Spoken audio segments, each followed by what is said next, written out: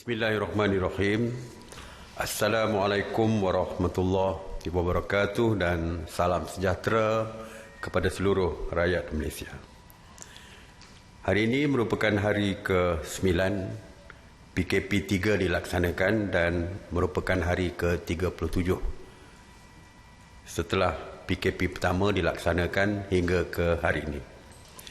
Dari segi laporan PDRM, semalam PDRM bersama dengan ATM telah mengadakan sebanyak 835 sekatan jalan raya di seluruh negara dan melakukan pemeriksaan ke atas 581,942 kenderaan.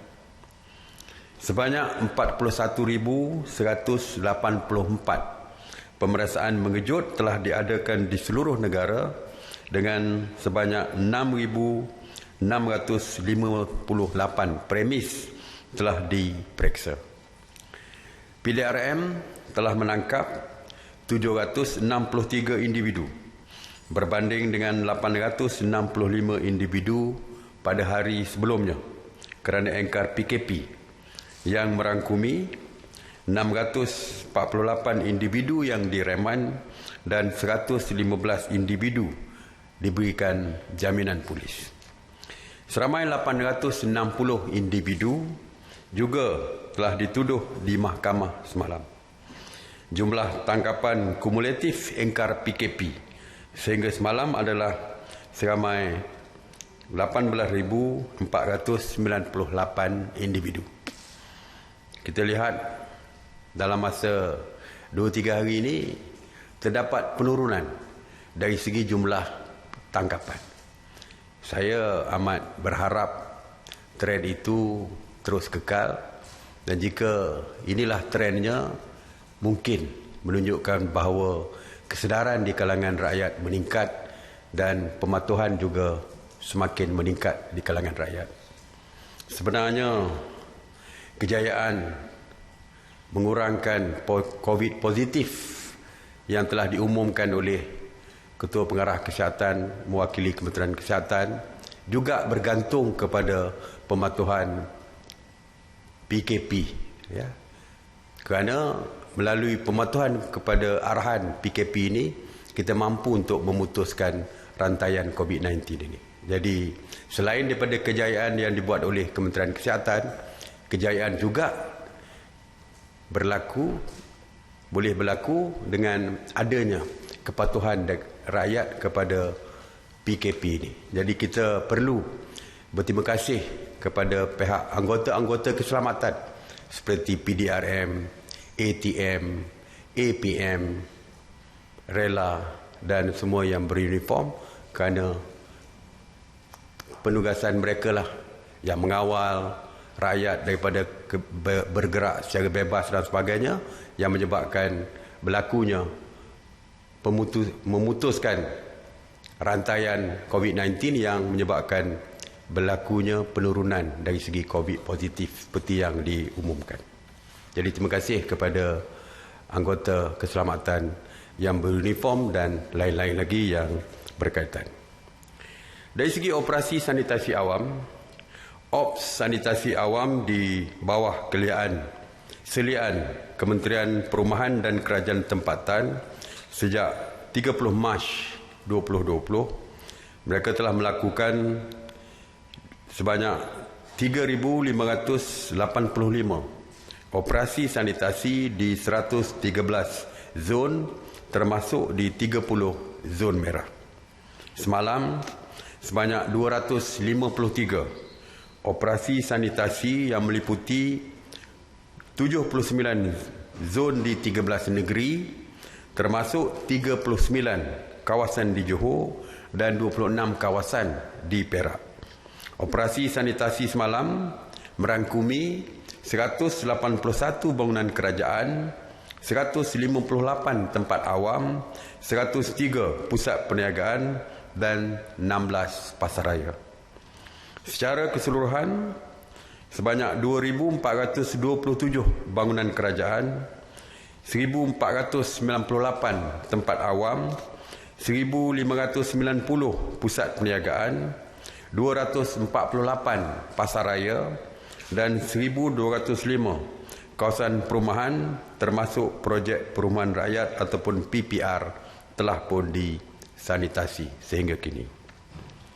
Mengenai pusat kuarantin, setakat semalam sebanyak 201 pusat kuarantin telah dibuka dan beroperasi berbanding dengan 196 pada hari sebelumnya, yang mana 15,880 individu sedang menjalani proses kuarantin wajib.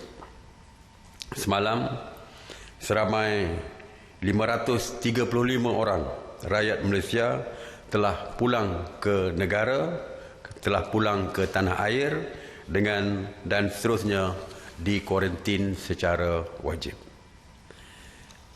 Seramai 16,416 rakyat Malaysia yang pulang dari luar negara telah pun dikuarantin sejak 3 April 2020 dan sejak 17 April 4,900 individu telah selesai menjalani tempoh kuarantin wajib dan dibenarkan pulang.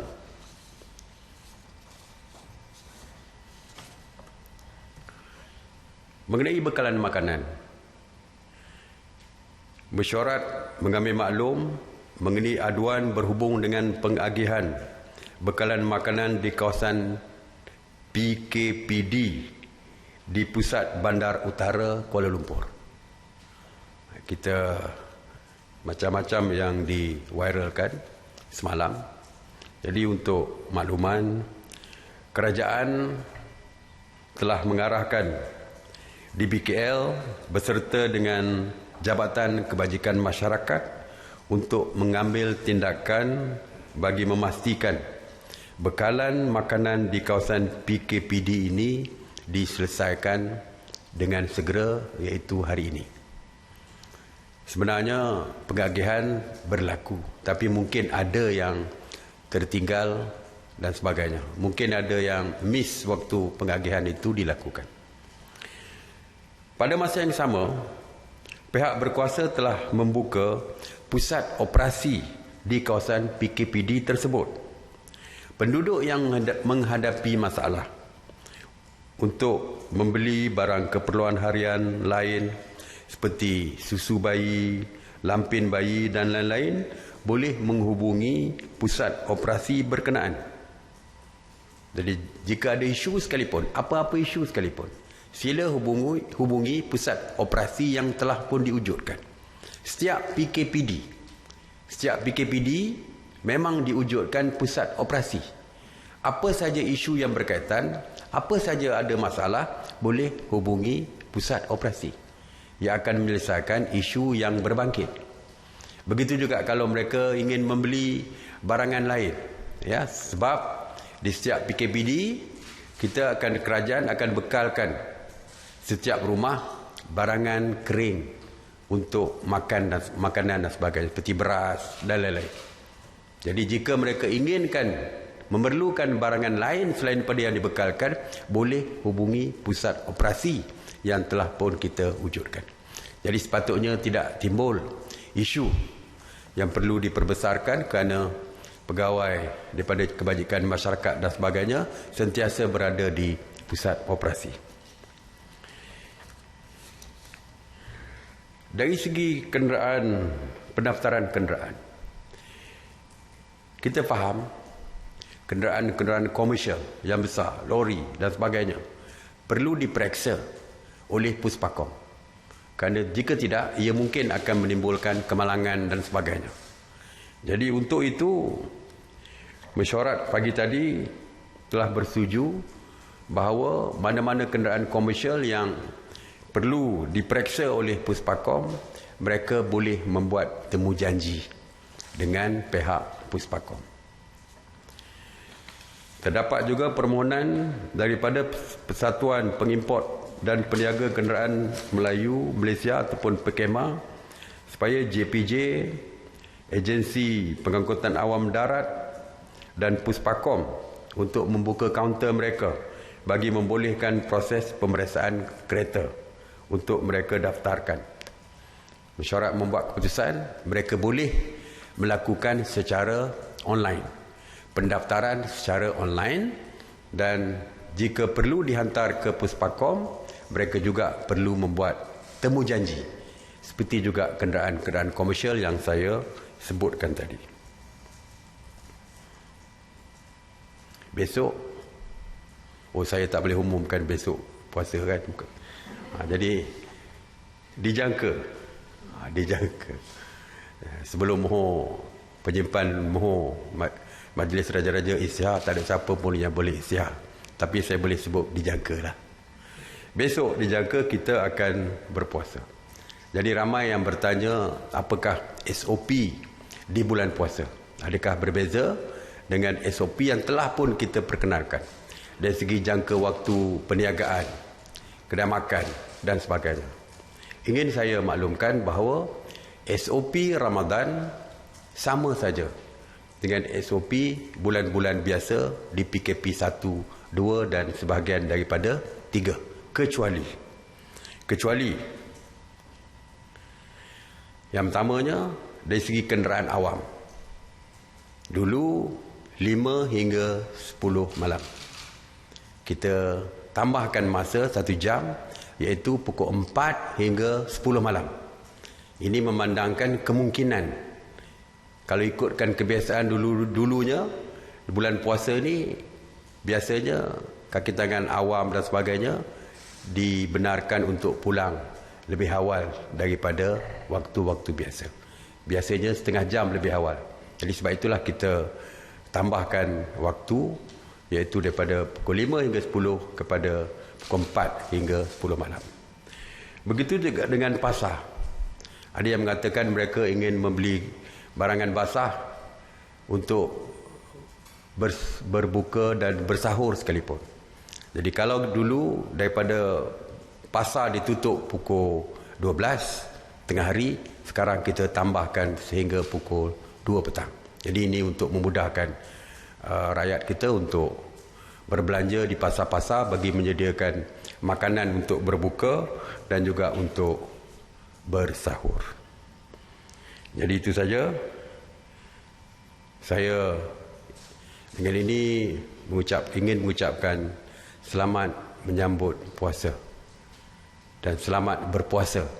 Selamat menyambut Ramadan dan selamat berpuasa kepada semua muslimin dan muslimat di seluruh negara dan juga di mana saja berada. Terima kasih. Seperti biasa, seruan saya terus kekal di rumah bagi memastikan keselamatan diri, keluarga dan masyarakat. Stay home, stay safe. Soalan. Bismillahirrahmanirrahim. Itu Sri Faizal dari Bernama. Soalan saya, kita lihat trend ingkar PKP ini menurun kan. Jadi nasihat Datuk Sri kepada yang masih ingkar tanpa mengira pangkat, darjat, status termasuk warga Rohingya khasnya di bulan Ramadan ni. Kedua, Macam mana? soalan saya, trend ingkar PKP ini sudah menurun. Menurun dia. Okey, nasihat Datuk Sri kepada yang masih ingkar tidak mengira pangkat, darjat, warga asing di bulan Ramadan. Soalan kedua, ada yang ingin tahu bekalan makanan di PKPD ni dibayar kerajaan atau mereka sendiri kena beli? Okay. PKPD. Okey.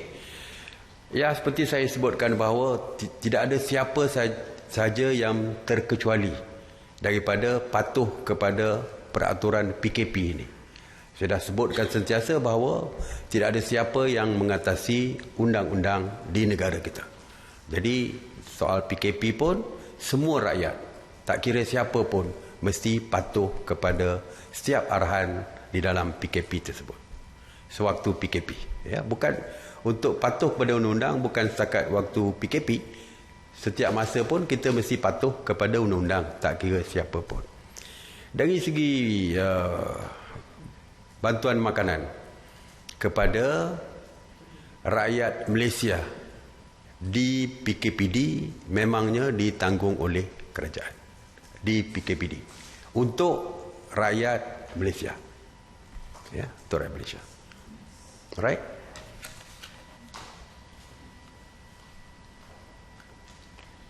Assalamualaikum, Datuk. Saya Fauzia dari Bernama. Soalan saya berkenaan PKPD Selayang. Timbul dakwaan ada yang berjaya melarikan diri dari kawasan Pasar Borong. Adakah mereka sudah dikenal pasti? Dan bagaimana pula dengan warga emas di situ? Ada terdapat kelonggaran untuk caregivers menjaga warga emas yang uzur di situ? Terima kasih. Untuk yang terlepas lari, insya-Allah polis akan mengesan mereka. Sebab itulah ramai yang tetap bertanya dengan kita, kenapa apabila PKPD dilaksanakan tidak ada hebahan sebelum ditutup? Kita tutup dulu malam, pukul 2 saya umum. Sebab kita takut mereka larilah. Kalau kita beri tempoh 2 hari, tentu saja mereka akan lari. Bayangkanlah di Selangor Mansion itu hari, 2 yang lari itu adalah COVID positif. Dan kita terpaksa menggunakan bantuan polis, PDRM, untuk menangkap semula mereka. Sebab jika dibiarkan, tentu sajalah mereka akan menjangkiti orang lain dan seterusnya akan merebak lebih besar lagi. Sebab itu kita tidak umumkan. Jadi bila dah umum, mereka sudah pun di stop, di blok daripada keluar dan sebagainya. Dan bolehlah kita pastikan, kita pantau mereka dan kita akan lakukan ujian kesihatan dan sebagainya, saringan kesihatan supaya boleh memastikan yang benar-benar bersih. Yang ada COVID positif, terus kita hantar ke hospital dan sebagainya. Jadi kalau ada yang lari seperti ini, insya-Allah polis akan digunakan, kita akan minta bantuan polis untuk menangkap semula mereka ini. Bagi yang mempunyai masalah kesihatan, ya memang kita membenarkan ya dari segi mereka untuk dijaga dan sebagainya. Dan insya-Allah saya harap mereka berunding dengan pegawai-pegawai kebajikan dan sebagainya di pusat operasi tersebut. Malah di pusat operasi bukan setakat pegawai kebajikan makanan, pegawai-pegawai Kementerian Kesihatan pun akan berada di sana. Dan sila minta bantuan daripada pusat operasi. Ashraf daripada RKM. Datuk Seri, tadi Datuk Seri baru menyentuh mengenai dengan SOP bulan Ramadan, antaranya membenarkan kenderaan awam diawalkan. Persoalan saya, bagaimana pula dengan operasi kedai makan? Adakah mereka ada perubahan dari segi waktu? Kerana ada difahamkan kerajaan tertentu memberi kelonggaran daripada pukul 3 sehinggalah pukul 10 malam. Minta penjelasan kepada Datuk Seri. Setakat ini kita kekalkan SOP yang lama. Sebab kita cuba mengurangkan pergerakan di seluruh negara ini. Ya, kerana bila berlaku terlalu banyak pergerakan, ianya mungkin akan menyebabkan pematuhan yang kita sebutkan, sentiasa sebutkan, tidak dapat kita laksanakan dari segi pematuhan tersebut. Ramai yang panjang akal juga ni. Bila kita kata pukul 10, yang tak nak beli barang pun keluar dengan alasan nak beli barang untuk bersahur dan sebagainya. Jadi 2 jam itu kita boleh bayangkan berapa ramai yang akan keluar. Dan ini menyukarkan pihak polis di sekatan-sekatan jalan raya. Kerana alasan mereka untuk membeli makanan. Jadi pihak polis tidak boleh menyekat mereka untuk keluar. 2 jam itu kita tidak boleh bayangkan berapa jumlah orang yang akan keluar untuk dengan alasan ke restoran untuk membeli makanan. Sebab itu kita kata kekalkan jangka waktu yang telah pun kita tetapkan. Kalau mereka nak beli barangan untuk sahur pun, belilah awal-awal lagi. Alright? Okay? Terakhir. Soalan Datuk Seri, Syafa daripada Bernama. Ada 2 soalan. Sebagaimana diumumkan Datuk Seri sebelum ni, ada pelajar boleh pulang dalam kampung. Ada seperti yang jelas untuk mekanisme balik ke kampung. Dan soalan kedua saya, sebagaimana yang diumumkan sebelum ini permohonan balik, adakah kelonggaran ini terpakai kepada semua termasuk mereka yang bermustaqim di bandar mahu bercuti pulang ke kampung? Terima kasih. Okey, kekeliruan. Yang ada di bandar nak balik ke kampung tak boleh. Tidak boleh lagi, tidak boleh. Daripada awal lagi kita kata tidak boleh. Ramai yang ingin balik menyambut bulan puasa besok, nak berbuka di kampung Daripada awal lagi kita kata tidak boleh ada pergerakan daripada bandar untuk balik ke kampung. Itu tidak boleh. Jangan ada keliru. Jangan ada yang pergi melapor balai polis kata nak balik kampung. Tak boleh. Balik kampung tidak dibenarkan.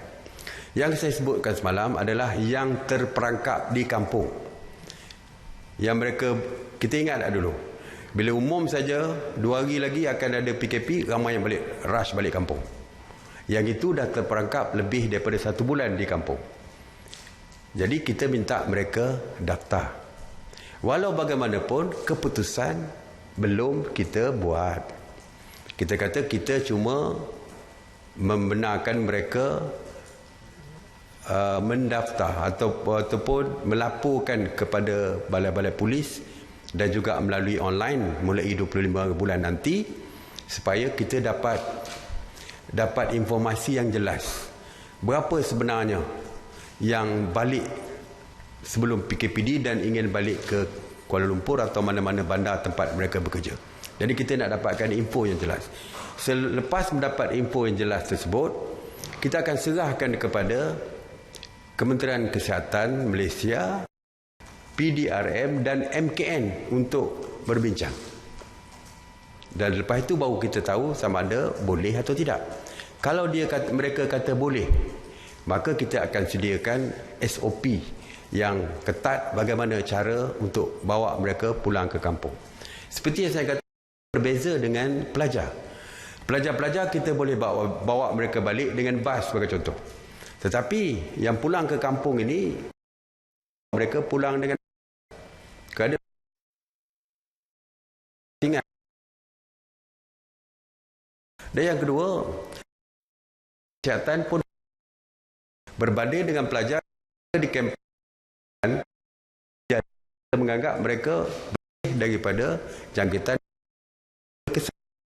sedangkan tidak boleh. Kalau kita nak tahu sebab kita setiap orang satu driver satu kereta. Kalau mereka balik 5 orang satu family, bolehkah mereka dibenarkan balik bersama family? Jadi banyak perkara-perkara yang perlu diteliti. Sebab itu saya kata bahawa kita akan mengkaji. Kementerian Kesihatan, PDRM dan juga pihak MKN akan mengkaji secara menyeluruh. Sama ada benar atau tidak, kebenaran diberi atau tidak, terpulanglah. Itu pun kita jangka mereka informasi yang kita akan dapat daripada polis tadi mungkin kita sehingga 1 Mei. Selepas itu barulah perbincangan diadakan. Jadi bukan automatik mereka boleh balik ke Kuala Lumpur. Cuma yang saya sebutkan semalam, apabila kita mendengar terlalu banyak rintihan, saya dah katakan kajian hari ini adalah kajian yang mendengar semua pandangan daripada rakyat. Jadi oleh kerana ada rungutan, kita terus respon kepada rungutan daripada rakyat itu untuk kita kaji. Tetapi saya dah katakan banyak perkara pertimbangan yang perlu kita lihat sebelum sebarang keputusan dilakukan. Peringkat awal ini berdaftarlah dulu di balai-balai polis atau melalui online mulai daripada 25 bulan nanti. Ya, okey. Terima kasih. Saya harap tuan-tuan dan perempuan yang berada di rumah, untuk makluman, selepas ini Menteri di Jabatan Perdana Menteri, Menteri Hal Ehwal Agama akan memberikan statement dan pengumuman mengenai perkara-perkara yang berkaitan dengan agama sewaktu bulan Ramadan nanti. Sama ada sembahyang tarawih dan sebagainya, itu akan diumumkan oleh Menteri JPM Hal Ehwal Agama. Terima kasih. Assalamualaikum warahmatullahi wabarakatuh.